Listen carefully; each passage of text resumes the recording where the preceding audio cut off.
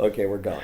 Hi, this is Michael Waitze, and welcome back to Thailand GameChanger. We are focused on the driving forces behind the startup ecosystem in Thailand and Southeast Asia, produced at True Digital Park in conjunction with Michael Waitze Media. I am joined today by Daniel Roney, the CEO of Detekt Design. Daniel, how are you doing today?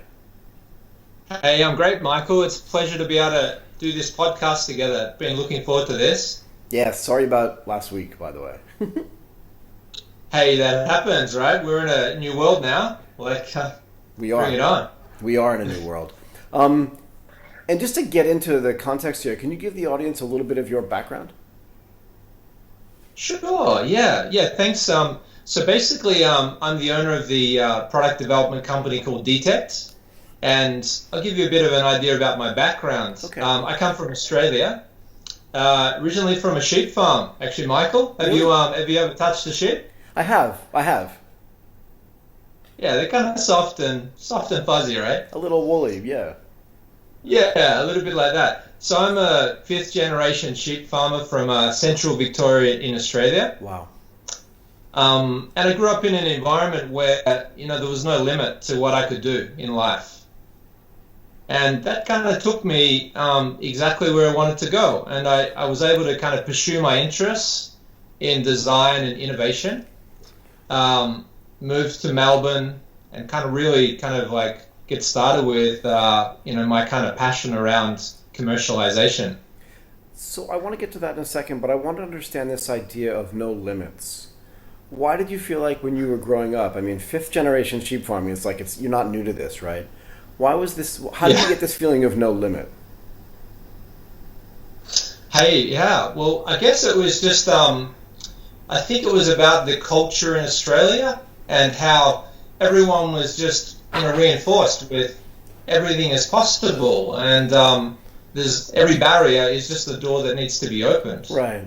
So there was just no limitation. There was no ceiling on what you could achieve. You could be the prime minister of the country, or you could pursue your business passion, or you could be great at whatever you wanted to do, and it was all kind of available. What was the feeling that your family had or your kin had when you said, I'm not going to stay here, but I'm just going to go away and try to pursue another dream that I have? And then I guess that gets back to this idea of what was the inspiration for starting Detekt as well? Like, where does the interest in design come from? Sure. Yep. As a young kid, going through primary school and high school, right. I loved both like art and mathematics. Okay. So I was always looking at where can I use those two passions, right? There's not too many places, right? And when I stumbled across product design and engineering and technology, I realized, wow, this is the game changer for me. Good point. I like the way you did that, by the way. But can I? So, yeah. I want to understand this intersection of art and math, right? Because there's a lot of people out there. There are a lot of people out there that would say that there's an art track and a mathematics track, and that there's really not much of an intersection there. How did you perceive this intersection? Wow. That was. I realized I was a bit strange. I remember thinking, okay, this is weird.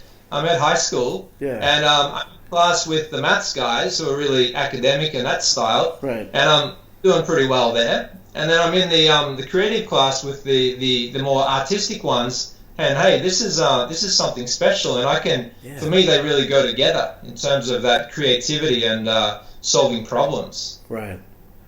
So I want to find out, once you decided you were going to start your own company, it always seems really romantic, right? I'm just going to go throw a shingle out there, try to start my own thing, and then the business is just going to come. But what have been some of your biggest challenges in doing this? Sure. Wow. Where do you want me to start? Should I go from the beginning? Yeah, please do. So I remember as a very naive and totally passionate business owner at 23 years old. 23? Starting the company. Yeah. Getting started early, and at 26, moving to China. My first time to be in Asia. Right. And partnered up with a company there in a joint venture. Okay. And that was my first experience in Asia. So I was on ground zero. Wow. Yeah, and 3 months later, my business partner had disappeared. My business had became a vacuum, and I was like sitting in China, after losing my modest investment at the time, and having to contemplate, where do I go next? Do I go home and just give up and just go back to Australia and do something there, or do I continue on and rebuild? And it was a big decision, and I was there with my wife, and I had a very short and kind of clear conversation with her, and she said, "Okay, if you're up for it, I'm up for it." Awesome. So we battled on, and we made it what it is, and that was the really the foundations. Why did the business partner go away? Like, what actually happened there? And was that business partner a manufacturing partner? Was it a design partner? Like, what was the real genesis of that? Sure. Yeah. So I'd selected a partner in China that was a design partner. Oh, okay. So similar business, very complementary capabilities. Right. And the opportunity was to bring, product development to Asia, and particularly to China at that time. Got it. To help develop its manufacturing sector, right? And what fell apart there is my business partner. Little did I know, he was the sales guy, and he was palming certain projects to the business that we were in joint venture with, right. And then he had a side business that I wasn't aware of at the time, which he was like pushing the other projects to. So he was kind of like splitting it in the middle. Yeah. And then it took me about 3 months to work that out. So when that was over, because you still do business in China, you still manufacture in China, right? That's right. Yeah, we still got a company there, and we do, as you mentioned, we do most of our manufacturing is done there. That's right. So how did you reconcile that? In other words, a lot of people, and I love the fact that you didn't do this actually, right? A lot of people, sort of make these generalizations from their own experiences. They'll say, I'll never do business in, pick a country, I don't want to say China, because that first person that I met or the second person that I met, I had a negative experience with them, so everybody else in that group, again, whatever that group is, must be like that. But what was the thought process where you said, okay, maybe I just chose the wrong partner, but not everybody's like this. How can I find a better partner for manufacturing? Yeah. Yeah, that's a great question. So, for me, it never occurred to me that it was a conflict with the culture or the people. Good stuff. So, it just did not occur to me. It just occurred to me that, and I was also quite motivated to, if someone's going to take me down, well, I'm going to get right back up, and I'm going to outperform them. Exactly. So I was actually quite motivated by the failure. Yeah, took it on board. So what year was that? You said that was when you were 26 or 27, yeah? Yeah, that was 2006. Oh my God. Yeah. That was a while ago. It was, yeah. So now you have a business that has offices where? Yeah, so we've got our corporate headquarters is in Hong Kong. Okay. That's where we handle all of our finance and our accounting. Got it. And then in China, in the city of Shenzhen, that's where our supply chain is, the famous supply chain for hardware. Yeah, good stuff. So, we've had an office and operations there since 2006, which has continued until this day, and still a very important part of our business. And how about in Australia and in Thailand? Do you have offices there as well? Yeah, in Australia, I'm currently managing the business remotely from here. Got it. Between travel to Asia and visiting kind of key clients. Okay. So it's there's no actual operations here. Got it. Whereas in Thailand, that's really the heart of the business. Okay, tell me. So what do you do in Thailand, and how does it integrate into the rest of the business? Sure, yeah. So in Thailand, we've got the key parts of the business, which are the product design team, the technology team, and the mechanical engineering team. Wow. So this is where all the innovation really happens for our clients globally. We've actually built up one of the most capable innovative engineering and design teams in Asia. So can I back up and ask you, like, why back in 2006 or whenever you decided to do this, why did you decide to do this in Thailand? Well, yeah, that was a really good, Thailand was a country where we found that this is a place where the people have a global perspective, and we, because of the nature of our clients being from every part of the world, you know, we've got clients in the UK, Africa, all throughout the Middle East, Canada, the US, various countries in Asia. And what really gelled, and this was a really big thing, what really gelled for us as a business is in Thailand, the people are so interested and cooperative when it comes to other cultures. Yeah. And makes our business so kind of sustainable and stable. So again, how long have you been operating here? Operating now for 10 years. This is year number 10. Congratulations. Decade. So a decade. So almost as long as, a little bit longer than I've been here, actually. And can you talk a little bit about, like, what have been some of the biggest changes that you've seen here over the 10 years that you've been here? A lot has happened, right? I mean, there was a coup back in 2012 and 13. There's still a lot happens. What have been some of the biggest changes from a business perspective for you?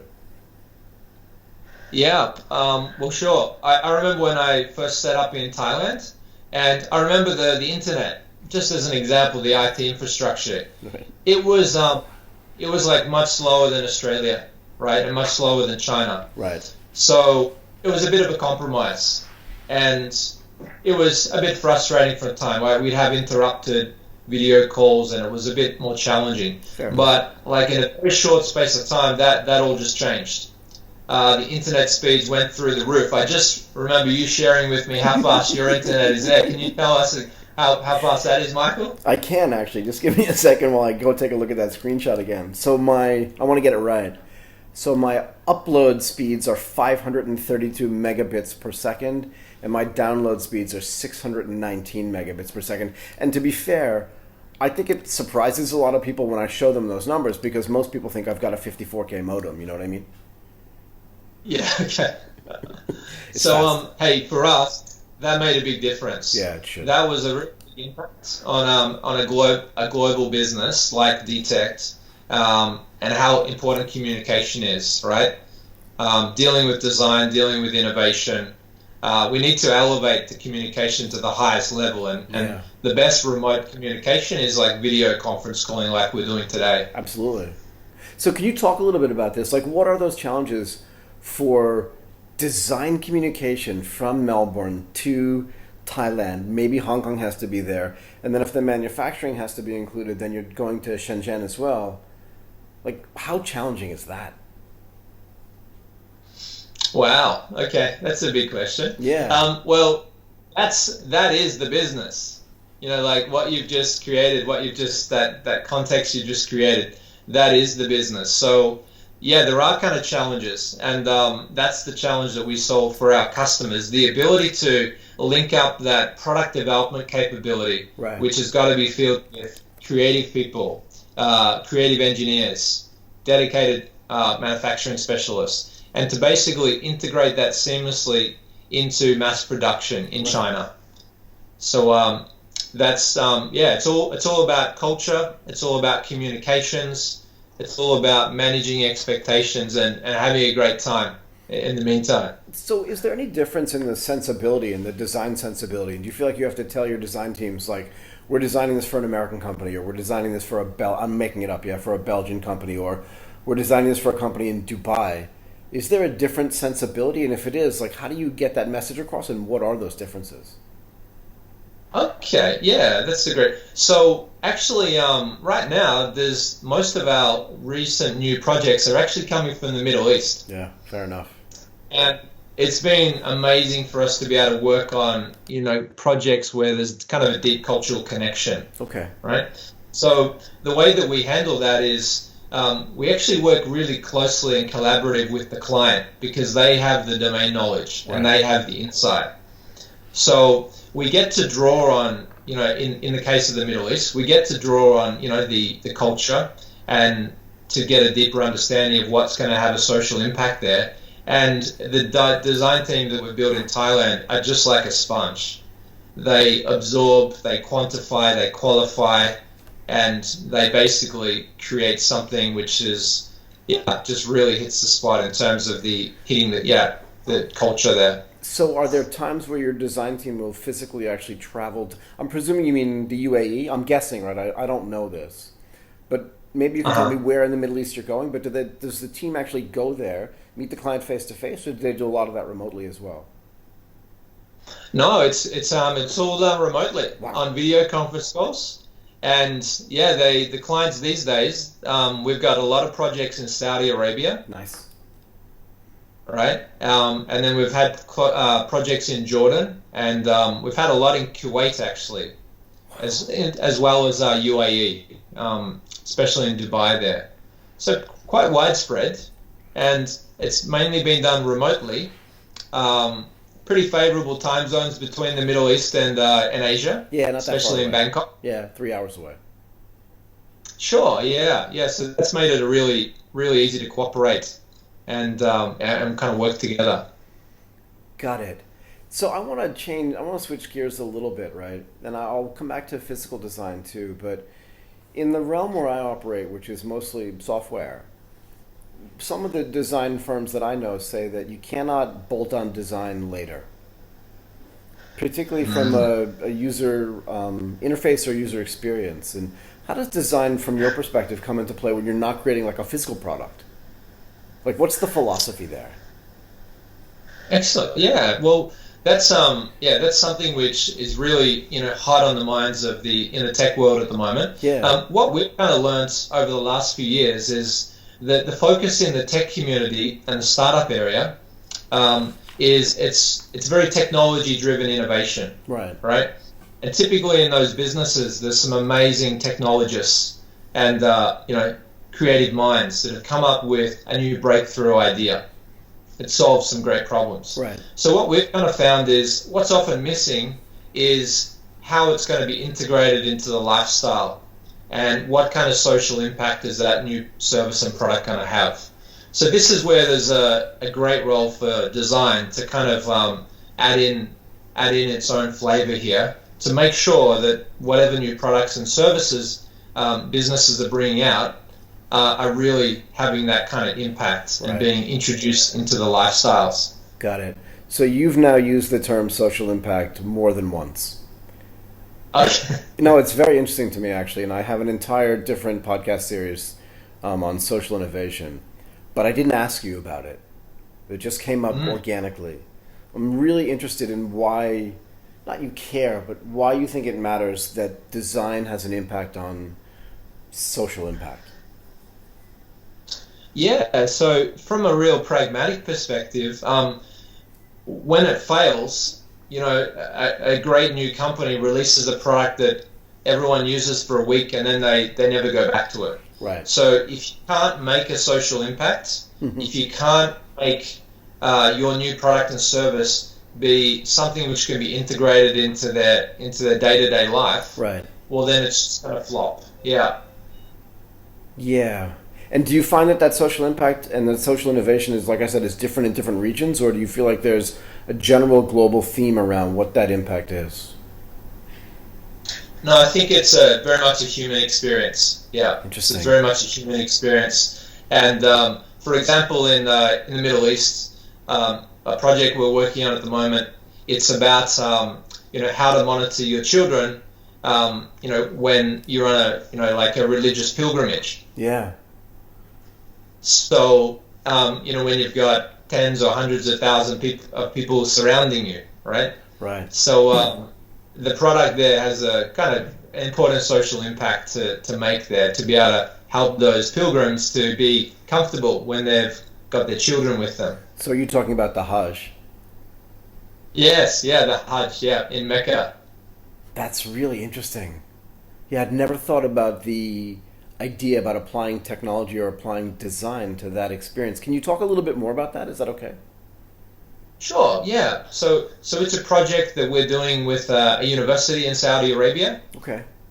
King Abdullah University of Science and Technology.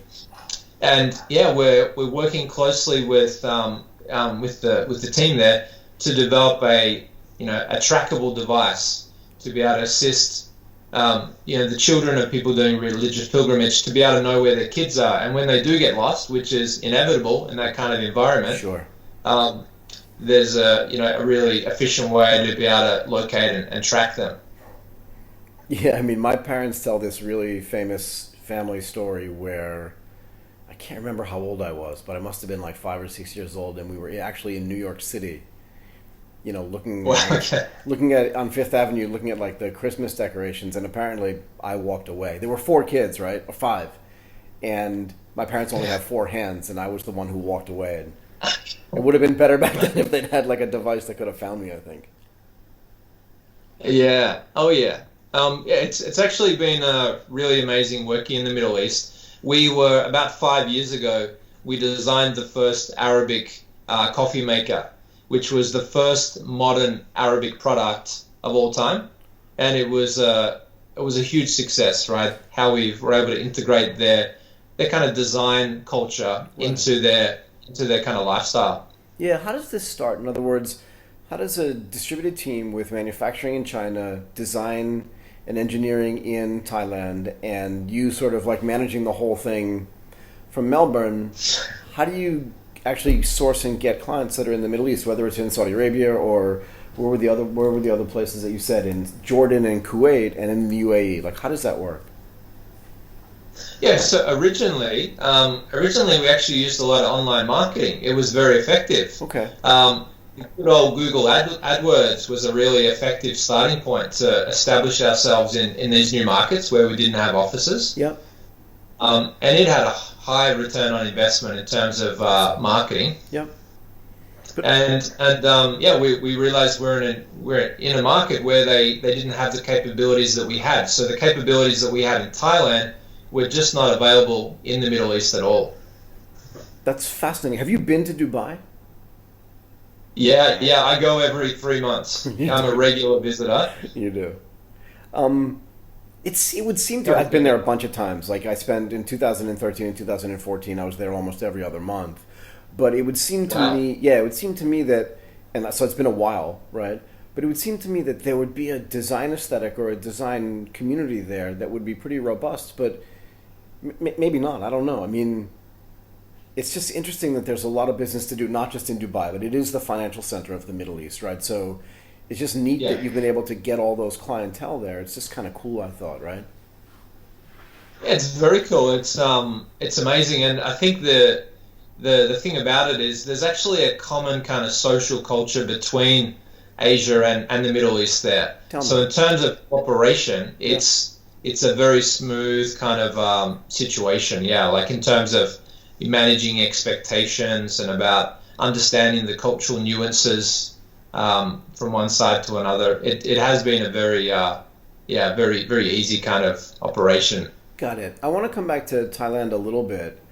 What do you think, just based on your running a business here with a pretty impressive team here for the past 10 years, what do you think is going to have the most impact from a business perspective in Thailand? And is there anything you can add to it? Like, how do you think you can facilitate that impact? Okay. Yeah. Well, I think one of the big things that I'm seeing is I see 2 things. Okay. The first one is there's a huge opportunity for Thailand to integrate deeper with China. Okay, go ahead. The trade years in 2019, which is still in place, really created a shift in China where instead of seeing the other Asian countries as competitors, they've really seen them as partners. Yeah, feels like it. Yeah. So this has created a pretty big mindset shift. And I think if the Thai companies and the Thai government can really align with what China wants to do, right. Certainly there'll be some great kind of like opportunities inside of that for the country. Got it. So one of the questions I like to ask people when we talk about Thailand and what's going to change the game in Thailand is, how do you find hiring staff? In other words, what's your strategy, right, for doing that? Because you must have an insanely great staff here. Yeah, they are amazing. Yeah, the staff that we hire in Thailand are totally world class. Carefully selected. Right. So, but how do you do it? Like, how do you find them? Sure. So we definitely advertise, but usually we are putting out the word through our networks there, and really engaging people with the vision of our company. Got it. Right. And my personal vision is that I want all people to experience a wondrous life. Right. What does So that what does that mean to you? What does a wondrous life mean to you? a wondrous life is whatever that person wants to do, that Right. they're making kind of conscious choices and that they're able to fulfill on that. Yeah, for you it could be very different to me, right? Absolutely, should You be. might want to have a Lamborghini, right? I don't Not know. really. No, not really. I'm uninterested in. I'm actually very uninterested in obtaining. So I went through this whole stage of my life, right, where I just wanted to accumulate things, and then I just realized I don't need a lot of things. But yeah, I get Right. it. But I get it. But I do get this sense that like giving people the freedom to be their most creative, giving the people the ability to sort of manage their own vision and achieve their own vision is a great way to allow them to achieve this wondrous life that you're talking about, right? And giving them some autonomy to do their own designs and do their own all these other things, right? Can end up being really important. And culture, almost like diversity, is something that can't be bolted on later. It's got to start at the top, and it's got to be filtered down all the way through the entire thing. And that says a lot about you, I think, if you don't mind me saying. Thanks, Mike. Well, yeah, no, we've really found that when we can find people that are attracted to the vision that we have, that it makes life very easily. You know, we're hiring people that are not only talented, Right. but they're looking to be empowered. You know, they're looking for more responsibilities. They're looking to change the game in Thailand. They're very proud of their country. They want to see the best for all their citizens. And yeah, it's kind of been really seamless that. That's awesome. Look, Daniel, I really appreciate your time today. I mean, I've learned a ton.